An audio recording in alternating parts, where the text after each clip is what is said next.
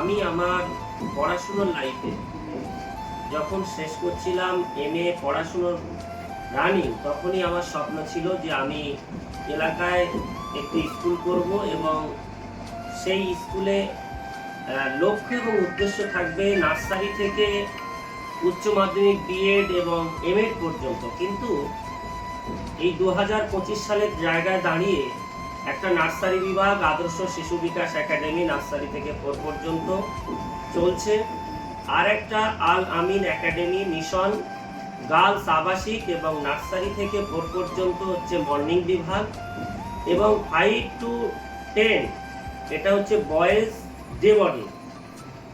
দুটো স্কুল মিলে প্রায় 500+ স্টুডেন্ট, এবং আমি গর্বিত আমার এলাকার সন্তান সন্ততিদেরকে নিয়ে যে তারা আগামী দিন তারা আমাদের এই এলাকার গর্ব সন্তান হবে এবং আমাদের এলাকার সুনাম অর্জন করবে। এই লক্ষ্য নিয়ে কিন্তু আমি এই স্কুল প্রতিষ্ঠান করেছি।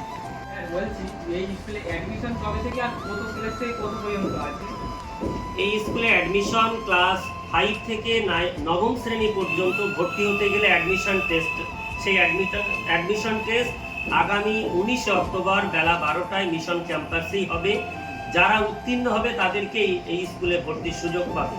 এছাড়াও আল আমিন একাডেমি মিশন, যেখানে আপনি আছেন, এই আল আমিন একাডেমি মিশনে নার্সারি থেকে 4 পর্যন্ত অক্টোবরের 6 তারিখ থেকেই ভর্তি শুরু, এবং আমাদের 5 থেকে 9ম শ্রেণী পর্যন্ত যেটা গার্লস বিভাগে আবাসিক প্রতিষ্ঠান, এই আবাসিক প্রতিষ্ঠানে 19 অক্টোবর পরীক্ষা, 25 অক্টোবর রেজাল্ট, তারপর থেকে নতুন অ্যাডমিশন শুরু।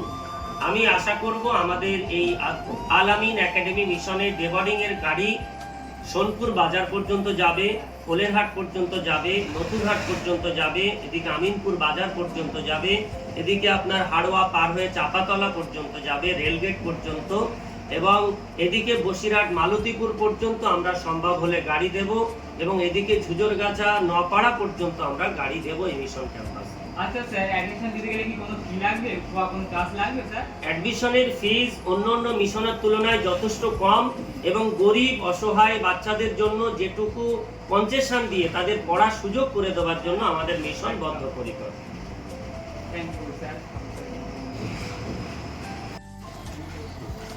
ভালো থেকো।